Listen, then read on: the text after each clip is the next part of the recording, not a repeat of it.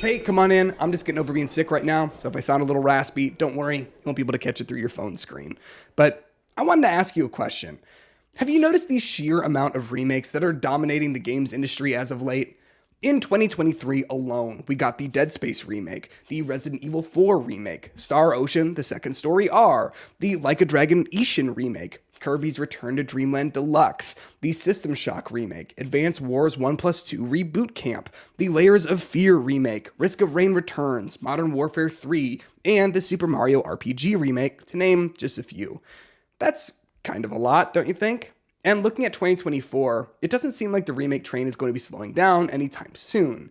Persona 3 Reload just came out, the second part of the Final Fantasy VII remake is just on the horizon, and other 2024 remakes include things like the Mario vs. Donkey Kong remake, the Paper Mario The Thousand Year Door remake, another Code Recollection, the Alone in the Dark remake, Metal Gear Solid Delta, and the Silent Hill 2 remake. Literally, as I was writing this, rumors about a remake of the first Uncharted game started circling, and then immediately after that, rumors about Johto Pokemon remakes started making the internet rounds as well. The only question that's been circling in my head, though, has been, why? Why all of these remakes? Okay, that's two questions, but obviously the second question helps clarify the first one, so come on, let me live. While every studio is going to have its own individual reasons for remaking a game, the fact that it's become a major industry trend that's gradually started picking up steam over the last few years can tell us a little bit about the state of the industry as a whole, which lets us evaluate and answer the big question. Why? Welcome to Gaming Literacy 101.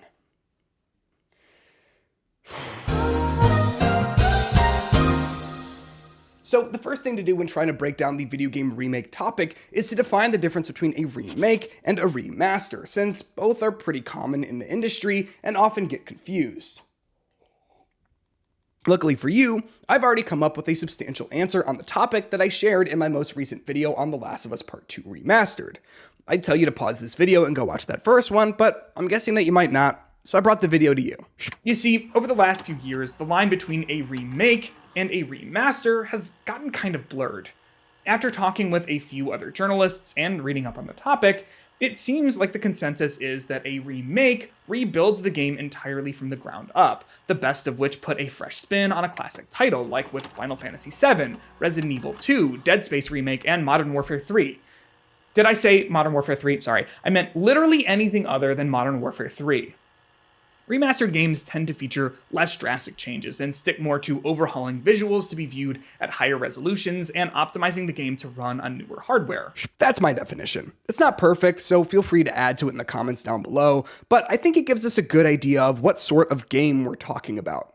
So, to clarify even further, Persona 3 Reload is a remake, while the Switch port of Persona 3 Portable is a remaster. We're going to talk about remasters a little bit later, but for now, let's focus on the big why surrounding remakes.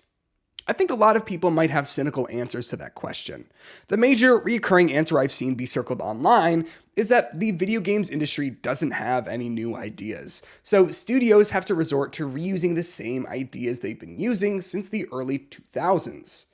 While we can all certainly think of plenty of generic AAA releases that rehash a lot of well-tread ground, I think it's a pretty flimsy argument. Sure, certain game series change very little with each iteration, but those tend to be annual franchises which encompass a whole different conversation. Otherwise, however, there are plenty of great ideas coming out of games at the moment across all sorts of different genres, both from AAA studios and from indies. So, no, the source of the constant stream of remakes doesn't come from the fact that all of the good, new ideas have been used up, but I think that when taking a look at trends in AAA games, we can see a pretty clear pattern that points to a conceptually simple answer. AAA game development is a huge gamble. As I'm sure you're already very well aware, making video games is not an easy task. It's a process that requires like 1,000 miracles to happen all in a row for a game to even be shipped, and if you want it to be a good game, it's more like 100,000 miracles. But the thing is, as time rolls on like it always does, the standard for what a video game needs to be has grown exponentially. This isn't to say that making games back in the day was easier, but there's a reason why studios were able to ship multiple major releases on a single generation of hardware, and why now we're all majorly impressed if a studio ships two. I mean, just look at the difference between what a game like the original Metal Gear Solid had to look like to be seen as the cutting edge of facial capture in gaming, compared to the faces in Death Stranding 2 on the beach. What a truly awful title for a video game. Because major studios now need to devote time to making sure that they've got the pores on a character's face right before shipping a game, they take much longer to make and cost much more. It's sometimes tricky to know just how much AAA games cost to make nowadays, since a lot of studios and publishers are pretty cagey with that information. But we got a pretty good snapshot of how much it cost to make some of PlayStation's recent first-party titles last year in the Insomniac leaks and the documents presented over the summer during Microsoft's FTC trial. We learned that last year's Spider-Man 2 cost over $300 million to make. God of War Ragnarok cost $200 million, and that The Last of Us Part 2 cost $220 million. Games cost more than they ever have before and take more time to make than ever, so essentially every AAA game that releases needs to be a smash hit, otherwise it won't make money. If a game has mild success, it might break even, but that's hardly anything that a studio could promise to a publisher, even if it's a great title. A great example of that is with Alan Wake 2. It's a fantastic game that's won numerous awards. However, Sam Lake, one of the game's directors, has spoken about how hard it was to get funding for the title, since it's a follow-up to a relatively niche horror game. So, in a time where games cost so much and take so much time to actually make, how can a studio help mitigate the huge risks of development when pitching to a publisher? They can make use of brand recognition. Is anyone going to get fully invested in a brand new horror IP from a mid-sized studio? Maybe some, but the number of people who will buy that game day one is drastically smaller than if that same studio did a remake of Silent Hill 2, one of the most prolific horror games of all time. Not only does that appeal to fans of the original game, but Silent Hill 2 has had over 20 years to acquire brand recognition, meaning that the remake appeals to people who've heard Silent Hill fans gush about the game for more than 2 decades. Here's the thing. We've seen this model work time and time again, as some of the biggest games of the last 5 years have been remakes. Think of the Resident Evil 2 and 4 remakes, Final Fantasy VII Remake and Rebirth, Tony Hawk Pro Skater 1+2. These have all been huge titles that have sold copies hand over fist, and plenty of publishers and studios have taken notice. I know it's a deceptively simple answer, but money and its relationship to brand recognition is the core aspect of why we've been seeing so many remakes as of late. Consumer expectations have had a big part to play in the success of the remake model as well. Take a look at the conversation surrounding any major game showcase in the days before it happens. You'll see fans all over the world sharing their hopes of which game will be remade next. It happens like clockwork. PlayStation State of Play coming up? Pleas for Sly Cooper remakes and Jak and Daxter. Nintendo Direct? Tweets about more Zelda and Pokemon remakes. That's not to say that people shouldn't be excited for franchises they like to release more games, but now it feels like there's this expectation with each showcase that we're going to see at least one remake announced. Now, at the end of the day, we've all got lizard brains that get excited when we see something cool that we recognize, and both you and I are definitely not immune to that, no matter how much we like to think that we are. That said, with the constant stream of remake announcements and the hype that's intrinsically tied to them, I find myself asking the same question over and over again. Shouldn't we want something more? Now, come with me here for a second. I'm having a really good time with Persona 3 Reload. I haven't finished it yet since it's probably going to be one of the longest games of the year, but I like it. The thing is, though, as fun as I think it is, I'd honestly much rather be playing Persona 6 than a remake of Persona 3. That's not because I dislike anything specific about Persona 3, but because it's a remake of an older game, Reload has some design elements at its core that feel a little outdated, especially when compared to Persona 4 and 5. Not to patronize or anything, but Atlus has learned a lot of lessons making each of its games, lessons that it took with it when making the next entry in the series that aren't present in the previous games in the franchise. You can totally feel that with Reload, like with the way that the vast majority of confidants are only available during the afternoon, which means that you don't have to balance your time as carefully as you do in Persona 5, since you'll likely spend your time with confidants in the afternoons, and then your time working on social skills or exploring Tartarus in the evenings. That's just one small design example that encompasses how I feel about a lot of remakes. I think you can feel the old design that's at the core of each game, which holds many of them back from feeling entirely new. Even though something like the Dead Space remake looks totally great and like something from 2023, there are still parts of it that feel a little dated. Plus, with a game like Persona 3 or Dead Space, the original versions are widely available on modern consoles, so why not just play the originals?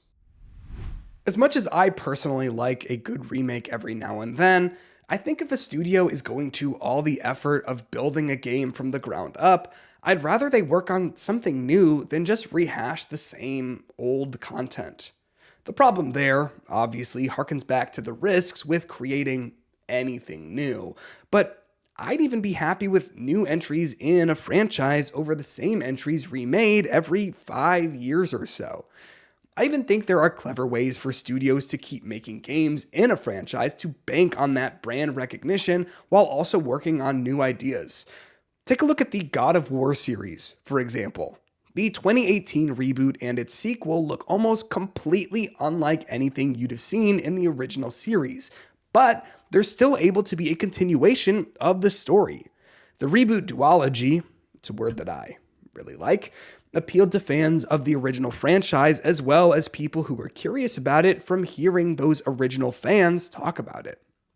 It's all the appeal of a remake while also being able to explore new territories, both narratively and on a mechanical level.